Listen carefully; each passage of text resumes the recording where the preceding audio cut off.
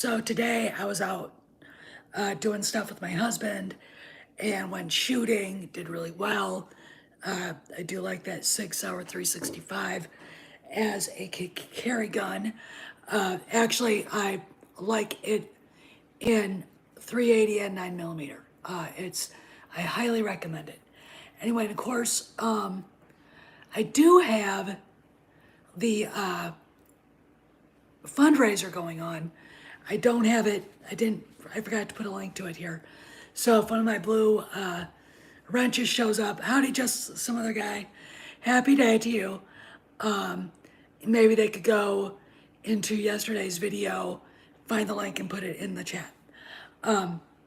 Because I'm trying to get enough money raised so I can actually do my studio, so I can actually get people like Cameron and Mike the Mexican Iron Man and Tom and everybody on this,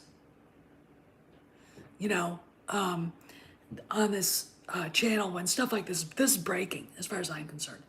So anyway, but that's the fundraiser. So if you're a blue wrench and you read about it yesterday, please go into the yesterday's upload and get the link to it and put it here. I forgot. Anyway, but there is an ongoing fundraiser for Steph Studios. So, and I've got some other things I've been thinking of. Hi, Cross Element, how you doing? So anyway, so while we're out, we were just basically at Lowe's. In fact, hubby was gonna go out to this sports store and look for some stuff.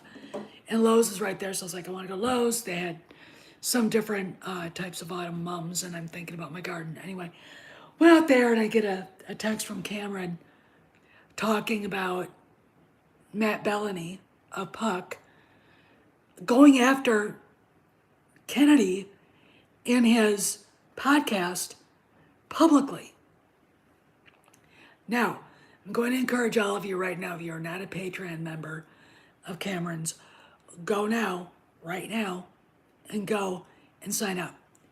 Because his take is very much on the business side and the political side of what Hollywood is like. This is basically the kind of stuff we've all been looking for. Now, I'm going to tell you something. Matt Belloni was an editor at The Hollywood Reporter. And they wanted him to do something. I can't remember the whole story, but it was really dishonest. He wouldn't do it, so he left and was one of the founders of Puck. And this is the thing about it. Puck is a trade rag. Okay, it's a trade gossip business rag. But it is not Deadline. It is not Variety. It is not Hollywood Reporter. It's not Vanity Fair. It's not The Atlantic. So it doesn't have the we can do whatever we want kind of thing.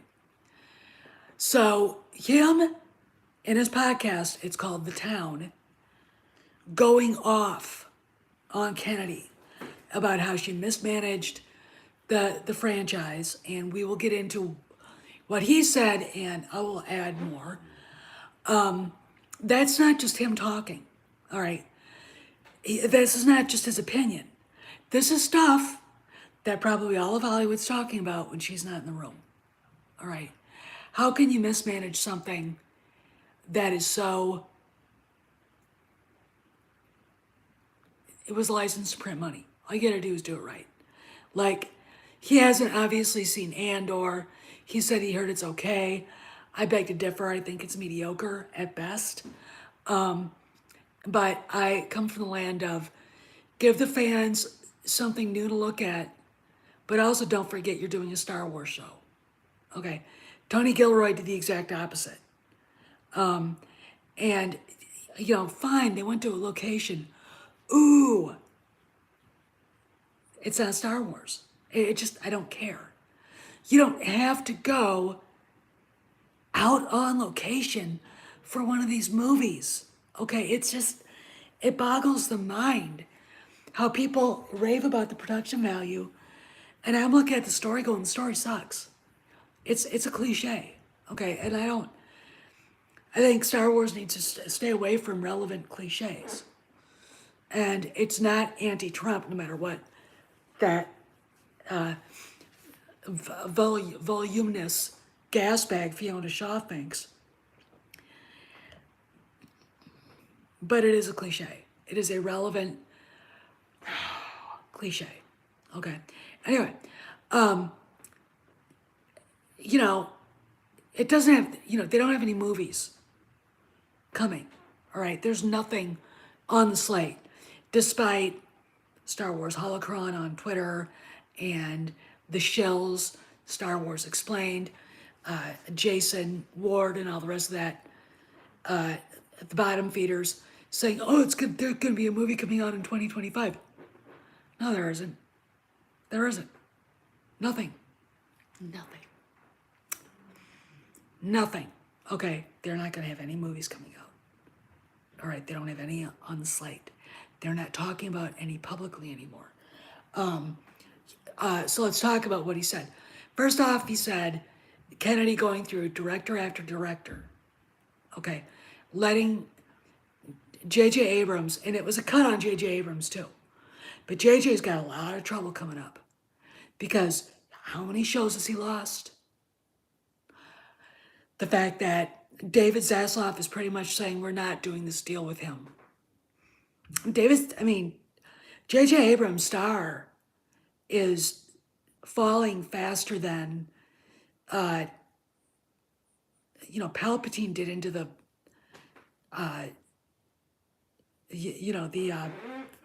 that whatever it was,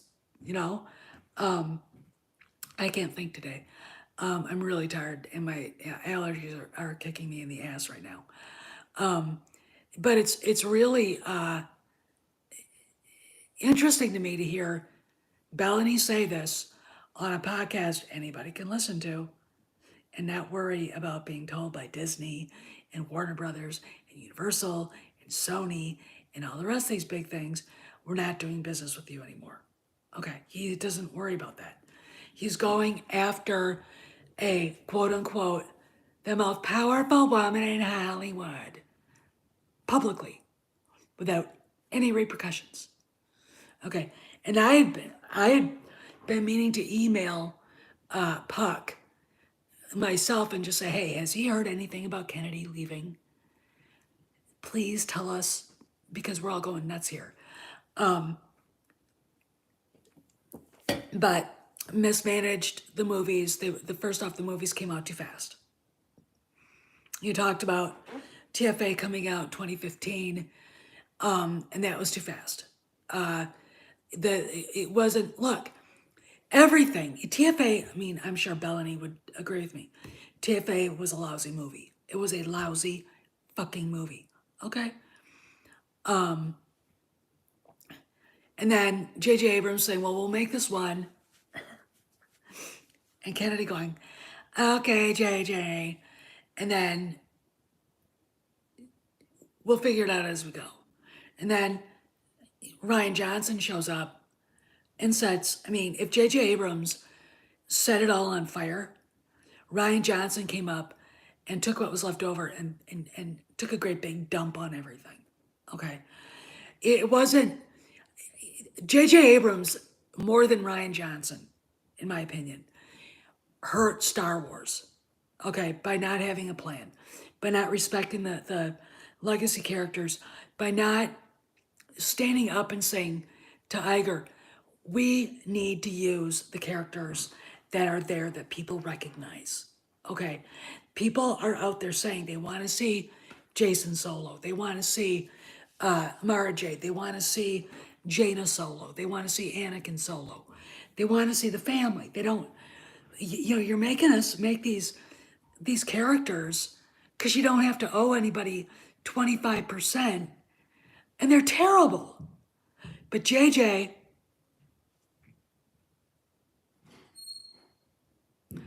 well,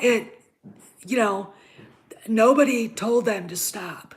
Okay, now Kennedy mismanaged everything.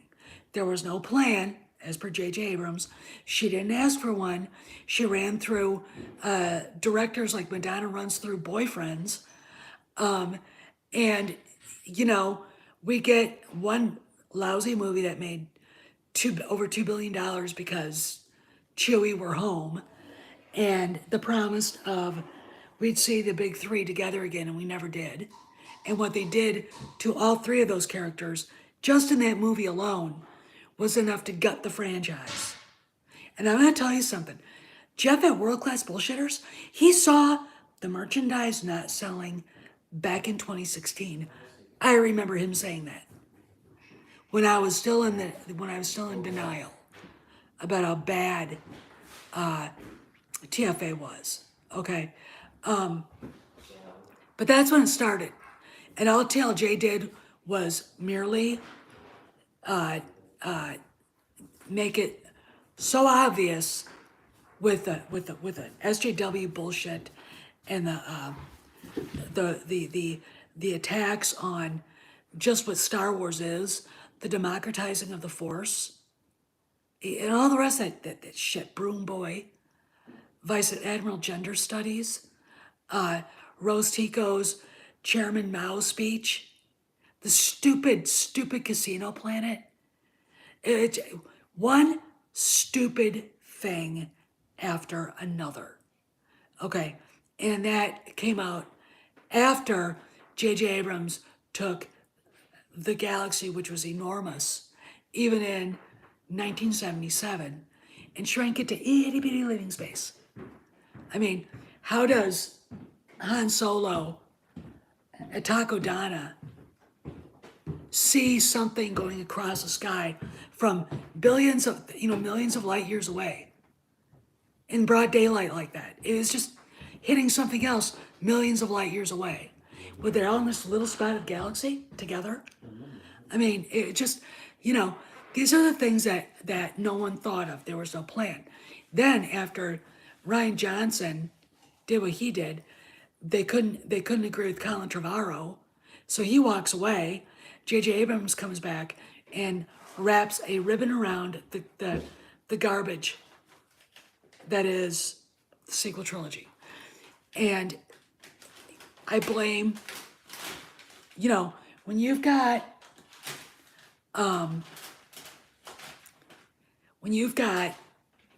Kathy Kennedy telling George Lucas that she would protect the franchise, and she did not.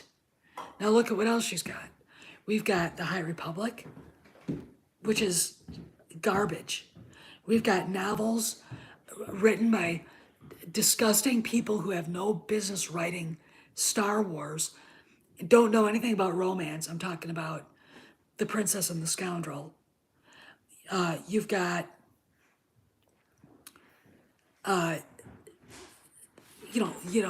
people working at Lucasfilm, and not just Pablo, but others, going off and attacking fans. And this happened right after Kennedy took over.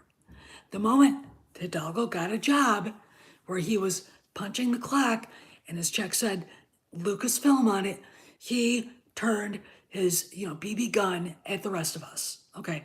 Because he was the fanboy who got to work at Lucasfilm, playing George's sandbox and pissing it, okay? And that's all Kennedy's fault. Mismanaging the franchise itself, mismanaging the movies. Rogue One did it. It was a fine movie. I don't know how Andor is going to turn out, but it's a mediocre to TV show right now. But Kennedy's name alone hurts the franchise now. I've had too many people tell me they're not going to watch any Star Wars until she's gone. There you go. Come here, Kojak. So you got Belloni basically saying all that. And that podcast came out, it was last week, this last weekend, I can't remember. Because I didn't even know he did it. I mean, that's how, and I didn't know this article in Screen Rant was in there. Okay, so, okay, Kojak, I will get that thorn out of your tail. it literally just shocked me when I got this text from Cameron saying that you could be right, she could be leaving early. Now, the reason why he says that, if you go and see what he says, you could get that out of your tail too, is because Belloni's saying it publicly. Publicly. Out there, it's like when you hear Democrat candidates publicly bitch slapping Biden. All right. It's kind of like that, but only worse. Because this is stuff that I know that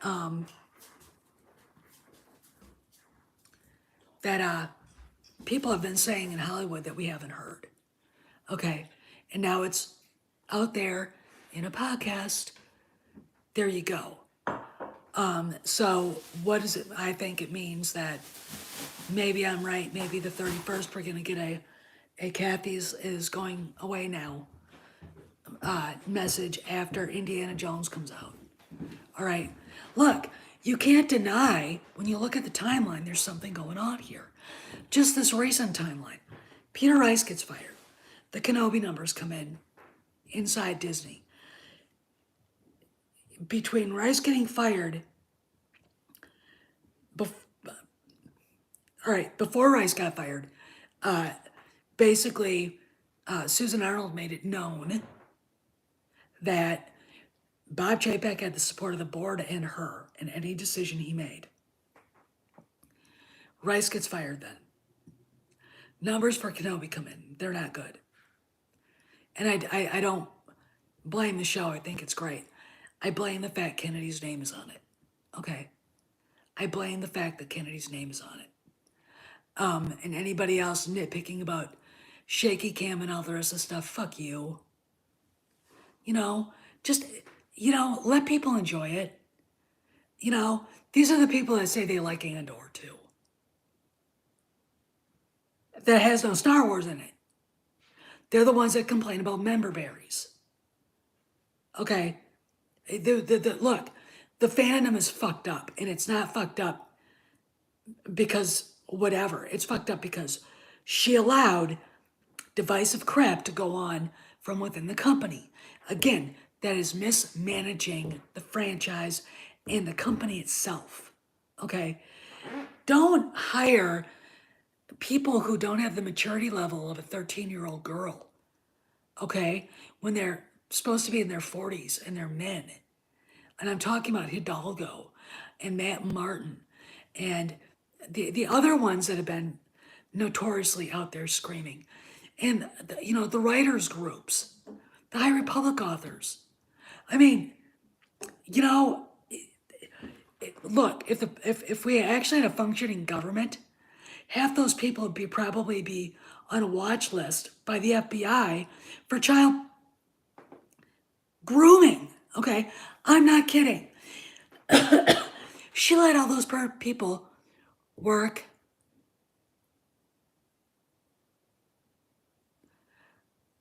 She let those people work at Lucasfilm.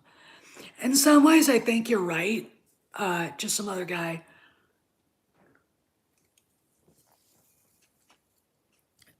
It depends on who the person is, I think, though. But she was the one that let him do this. See, it wasn't just the movies that were mismanaged. Okay.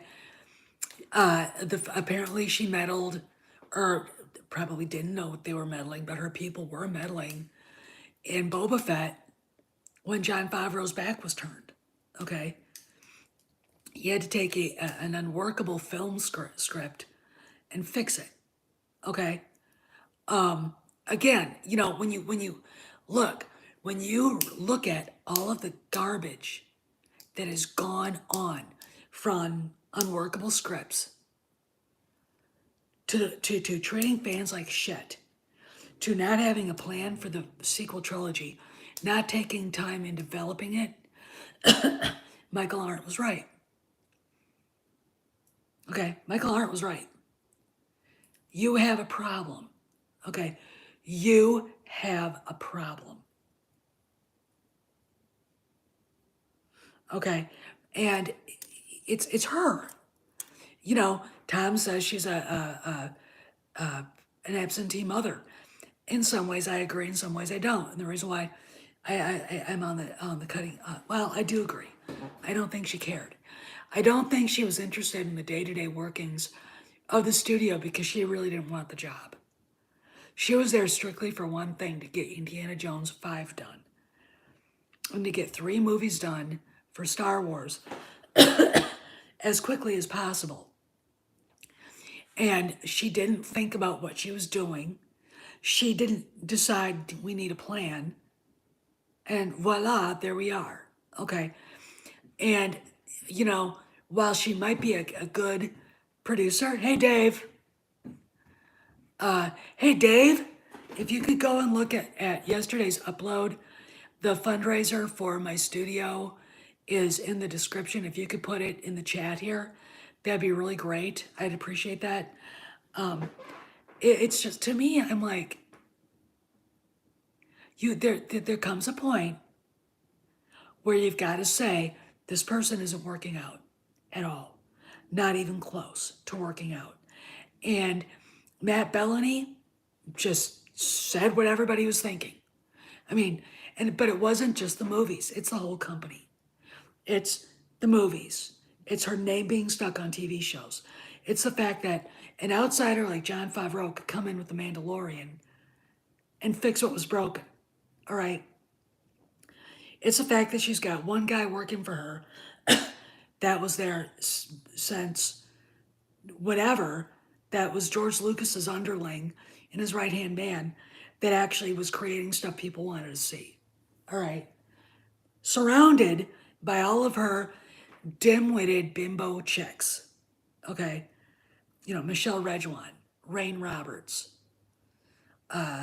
Carrie Beck, on and on and on. Lin-Wen Brennan. You know, you look at the picture of her at her house, that's her house, overlooking Malibu Beach, and all those stupid women sitting there. Stupid. I mean, when I looked at that and I looked up all who they were, the combined IQ could not toast bread lightly. Okay, just, you know, it was like, you know, 2.5 squirrel brains sitting there together. Okay. It was appalling. But that's who, you know, it, Ethan Van Sciver was talking about, in fact, he was interviewed, I can't remember where, just recently. And he was saying that the problem right now with Marvel is they got a bunch of women writing Marvel and not writing Marvel. They're projecting themselves into these characters, hence She-Hulk twerking. Okay, so you get Star Wars, you get The Last Jedi, you don't get a Star Wars movie. You get Rian Johnson projecting his daddy hate, his anger towards, I guess, guys that used to beat him up in high school, because the way he treated Luke was just, it was like he was getting back at somebody. All right. The fact he's allowing his whatever woman that he lives with project her disgusting virtues onto Leia and the rest of the female characters. Okay. Then you got Rey, and no one knew what to do with her. Okay. She was just, I mean, this is Rey. She's a pen. That's it. She doesn't change. She doesn't, you know, I mean, look, if you look, all right, let's talk about things that Kennedy and her clan missed. You get Rey. She's dressed in desert gear. Okay.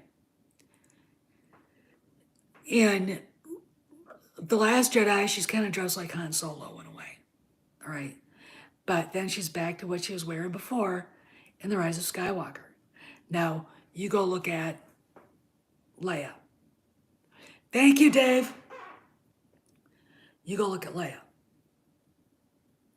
She has a white dress in the movie, in A New Hope, she changes into like more like a gown for the celebration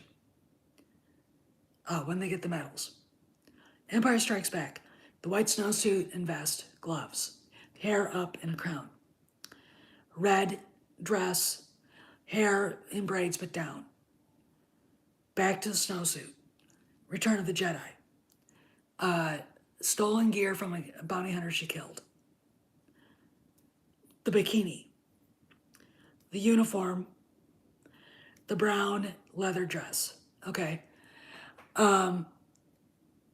there's growth. Look, costume, design, and character go together.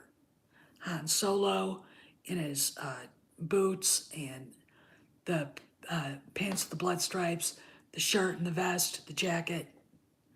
Luke with his fatigues.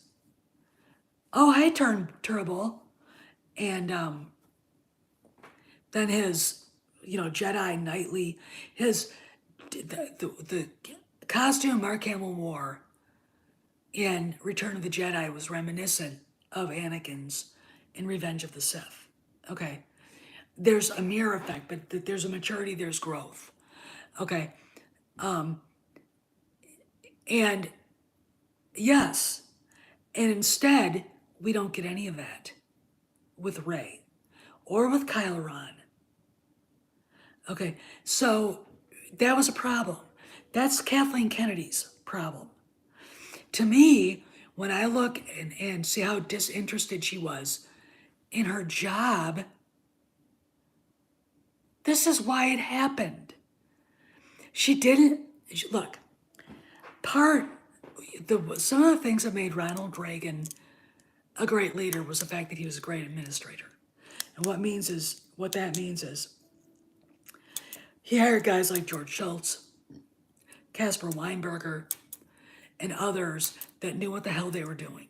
Okay, now, Al Haig and his big mouth aside, and Donald Regan, who decided to start a fight with Nancy, which was, if you really want to get on Ronald Reagan's bad side, start a fight with his wife. Okay, beloved Nancy.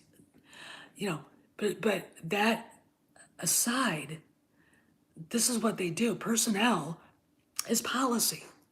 So what we got as Americans in the world got were men of gravitas. Howard Baker as chief of staff. George Shultz. Caspar Weinberger as the Secretary of Defense. You could go on and on and on and on. These were men of gravitas and bearing. Okay, you knew if you're a Russian sitting across from Schultz, you were talking to a serious man. Okay, and by contrast, I don't even know who the Secretary of State is right now. That's how unappealing our president is, in my opinion.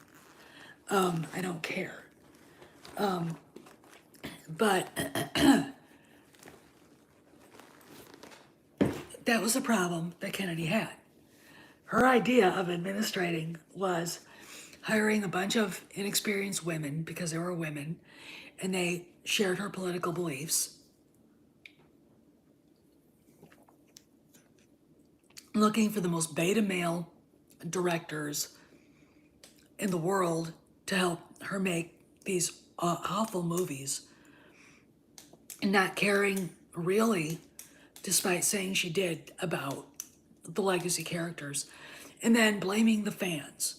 All right, look, you want some proof about who she is and what a terrible leader she is.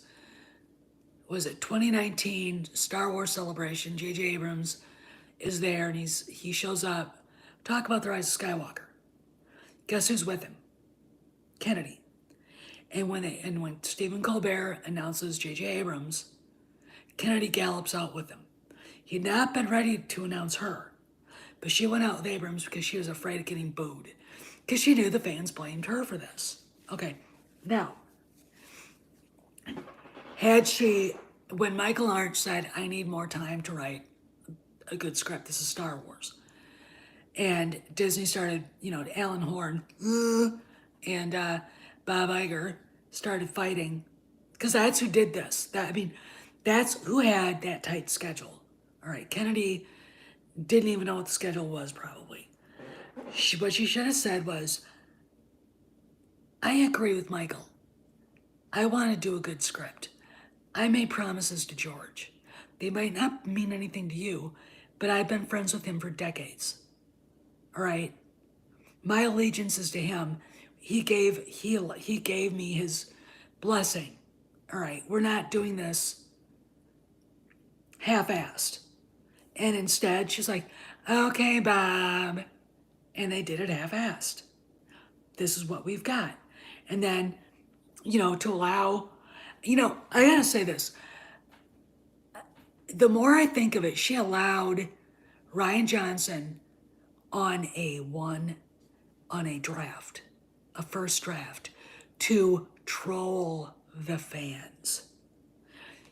TLJ is not a serious Star Wars movie. I don't care if you do like it. It's not a serious movie. Neither is TFA. Okay? They're fan fiction. And to be honest, I think TLJ was a troll. Okay? I've heard too many things about Ryan Johnson going on to Twitter under another account attacking fans for not liking his movies before. And him and his friends getting drunk at bars in Malibu or wherever, and you know, you know, trolling people who didn't like their movies. Okay, that's what he would do. This is not a guy who is a professional. Okay, now he can sit and pat himself on the back over Knives Out 2. But it's not being released to cinemas. It's going straight to streaming. And, that says a lot.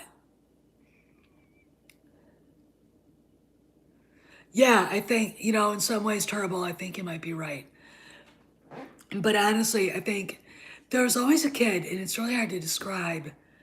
There isn't really a name for these people, but there's always a kid in high school who would say something shitty, and he wasn't popular. He was, bullied and maligned too, but he would do and say something shitty just to hurt people's feelings and just to start shit. And that's JJ, okay? He's the one that got his sandcastle kicked over, but then he would turn around and this is the closest I can get to him.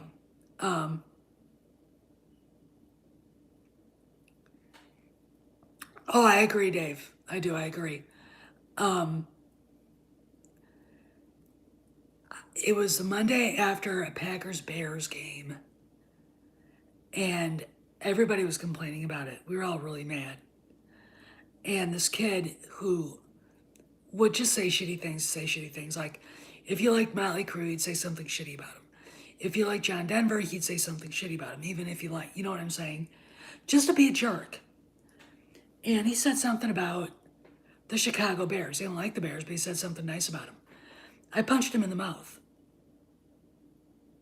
He deserved it. I knocked him on his ass. He deserved it. I was like this big too when I did it. He wasn't prepared. I knocked him. Boom. Why did I do it? Because when people are pissed and they're hurting, the last thing you should be doing is saying, and that's exactly what JJ did. Ryan did. Okay, now JJ doesn't do shit like that. He might be useless, but even he said, I know The Rise of Skywalker is a bad movie. You can say it if you want. Okay, it's a bad movie. Thank you for letting me say that. Ryan Johnson, he will never let us forget that he thinks he made a better movie than The Empire Strikes Back. This is the hubris this motherfucker has. Okay. He thinks he's a better storyteller than George Lucas and Irv Kirchner and, Gary Kurtz and, the cast, TLJ's cast sucks. Daisy Ridley is a stick of wood with a mouth. Adam Driver is an overrated, pretentious jackass who's ugly AF. And, the only one who's halfway decent is John Boyega. And if you want to see racism, look at what Ryan Johnson did to John Boyega. And look at who let him do it. Kathy Kennedy. No problem at all. Okay. But she also let J.J. Abrams take the first black stormtrooper who may or may not have been force sensitive and turn him into a fucking janitor. Basically, a step and fetch it.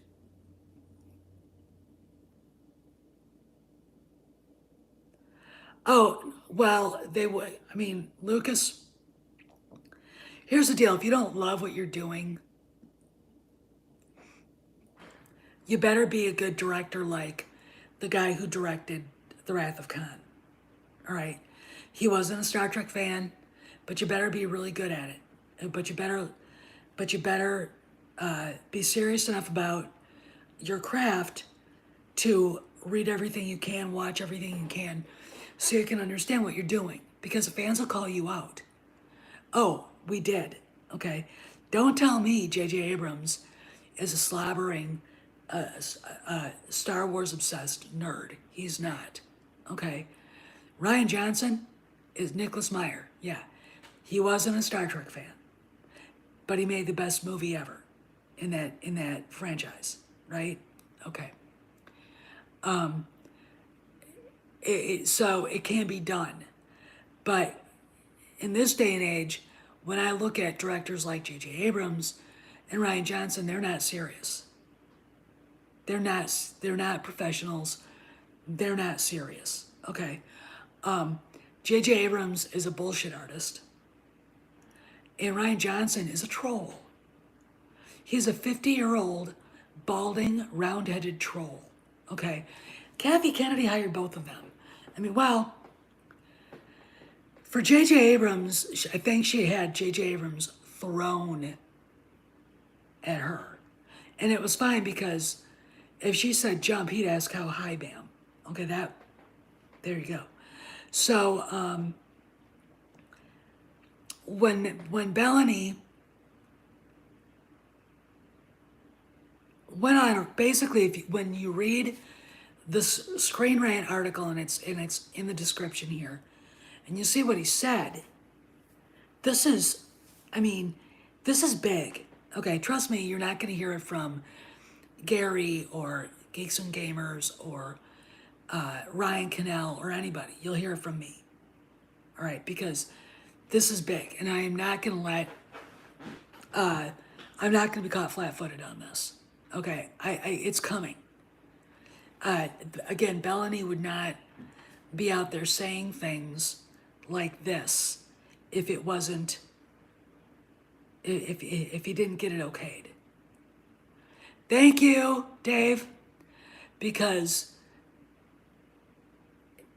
he would lose any contacts that he had in Hollywood. Okay, I mean, Kennedy, even if she is incompetent, it's still Kathleen Kennedy. Okay, she might not be up there Barbara Streisand, Oprah Winfrey level anymore. Not that she ever was, in my opinion, but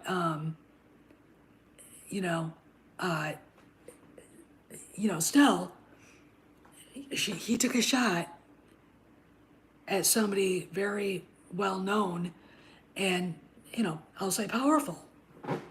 Though now that he took the shot, you kind of scratch your head and saying, is she really that powerful? Is she who she says she is, or who we've been told she is? And I think the answer is no. And I think, Cameron said that he thinks that Bob Chapek and Disney said, put this out there. You can talk about it if you want. His insider at Disney said, yeah, that's probably what happened. And we'll just have to see what happens next. I'm looking at this going, what is the timeline? So we get Rice fired, Kenobi's numbers coming in and they're not good. Obviously, the scuttlebutt inside Disney was that because of what Arnold and the board said, that Chapek was going to get 3 years. And Kennedy and her husband jumped in an airplane and went to Portugal. All right, that's what I agreed to, just some other guy. That's what happened. And then she was gone for 40 days. Let's see, the floodwaters, Noah's Ark lasted 40 days and 40 nights. Jesus wandered in the desert for 40 days and 40 nights. Okay, I think there's some other 40, I think, was it Lent is 40 days. Okay, so, I mean, that, to me, being who I am, that number is kind of a big deal. It was most of the summer. Okay, because she left on what, the 27th of June and came back the 5th or 6th of August. Okay, so she was gone over a month, well over a month. Why? Okay. Now, they took Rogue Squadron off the schedule completely. There are no movies at all for Star Wars being developed. The TV series have not been doing that good, even though when you read the Screen Rant article, Belloni doesn't get into the Nielsen numbers. And I'm actually going to be very interested in what the Nielsen numbers are for Andor, because I don't mind being critical of this show, all right? Because there's nothing on the show that I care about. I'm not invested. Okay, Kenobi I was invested in. Boba Fett I was invested in. Mandalorian I'm invested in. Ahsoka I'm invested in. Okay, Bad Batch I'm invested in. I'm not invested in this. All right, I don't. So you better make me care. All right, you better make me care. Okay, because if you don't, I'm out. I'm not. And if people, want to say, oh, she's just doing this because, but no, I'm very critical of things. Okay, I'm very critical of things. And if Andor isn't as good as it should be, whose fault is that? Kathy's. Because she's the one, again, under her watch, Tony Gilroy's saying we don't need to have Star Wars in Star Wars. What? Think about that. But that's her guy. Okay?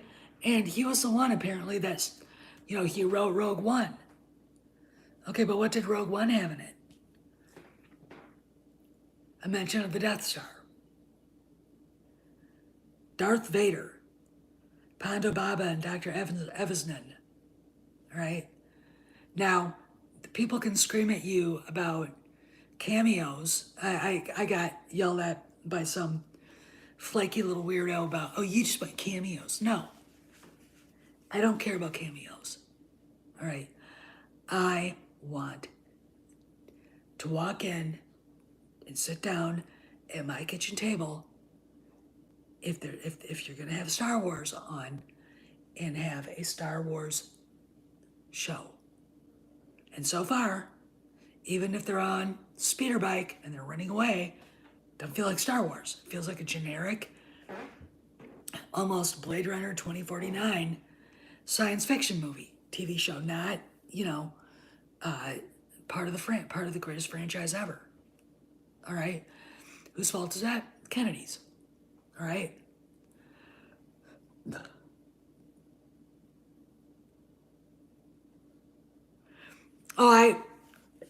We don't have any because there was probably fights going on then. look, we're talking, let's go back to what Belloni said. Incompetent, indecisive, poor decisions, and went through directors like Madonna went through boyfriends. All right. Solo. This is the extent of her management prowess.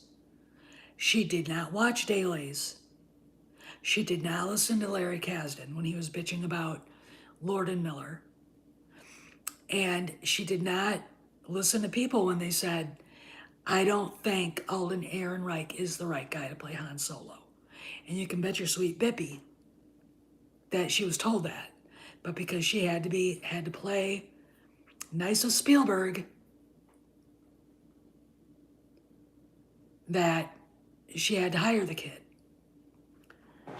But she didn't watch any dailies. She didn't listen to the people on the ground in England going, oh my God, this is horrible. They're horrible. And she allowed a script that never should have been written. The cast was Donald Glover? What the fuck? Amelia, I haven't eaten real food in 20 years, Clark.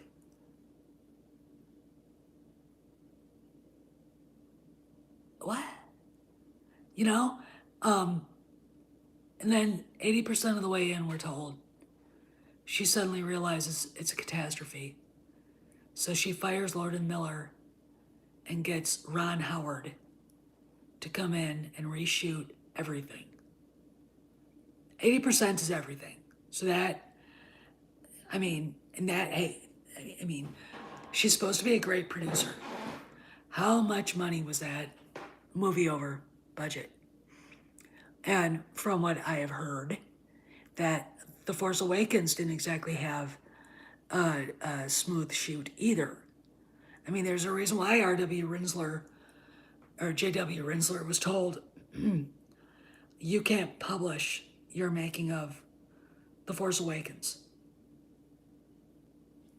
because of the shit that was going down when that movie was made. And whose fault was that? Kennedy's. Okay. Shit rolls uphill in this, and blame does too. So she's the one to blame. Okay. And it's Bob Iger's fault that she's still there. I don't care if they're friends. It doesn't matter. Okay. So now we've got Nat Belloni finally putting it out there that not just he thinks she should go, but all of Hollywood does. This is a big deal, you guys. Okay. And if you don't believe it, I want you to think about something. In 2018, this would never have been talked about outside of YouTube. All right, and now it's on a podcast. Yep, it is. Everything, all successes and all failures. Okay. All right, but in 2018, the only people who were talking about what an incompetent slag she was us on YouTube. Now, it's Hollywood. Matt Belloni is that voice. Okay, so we'll see what happens. But when I think about the timeline, I think that is going on right now, that I honestly think, because he said something, that we're going to get an announcement soon. Okay? Just some other guy. And the reason why I said that is this. October 31st is the 10th anniversary of her becoming president of Lucasfilm. Okay. She's been there for 10 years. And she doesn't have a whole lot to show for it. And, and yes, she doesn't necessarily have to be president of Lucasfilm. Hey, Kyle, to be a producer for Indiana Jones 5. Okay. But I'm going to say this. Indiana Jones 5 at D23, she was a Chinese vase. When Jon Favreau walked out to talk about Mando 3 and Ahsoka, she was a Chinese vase. She didn't say a word. Okay.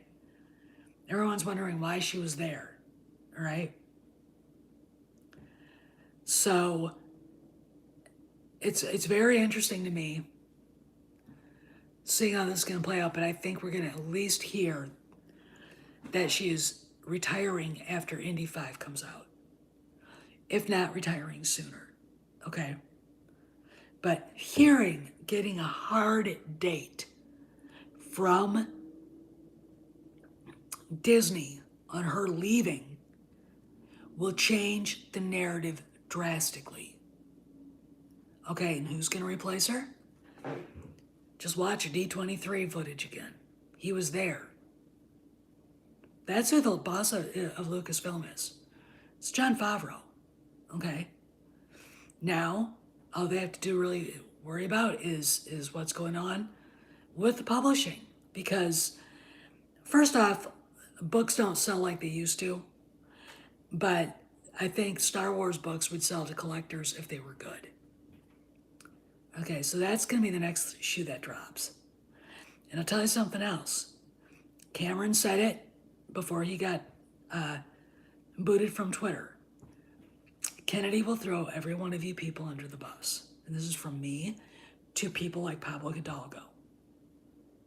She's going to throw every one of those people out under the bus if she hasn't already. You know, all you gotta do is you want to look to see who is to blame for Gina Carano. She is. She's the one that fired her, or told her they didn't want her back. Not Bob Iger, not Bob Chapek. They found out about it on deadline, just like Jon Favreau did. Okay, no one was happy. They didn't tell Gina either. Okay, in private. She found out about it that way too. That's some cold shit right there. But she was the one that did it. She went over the heads of the Bobs. Would you keep her? No.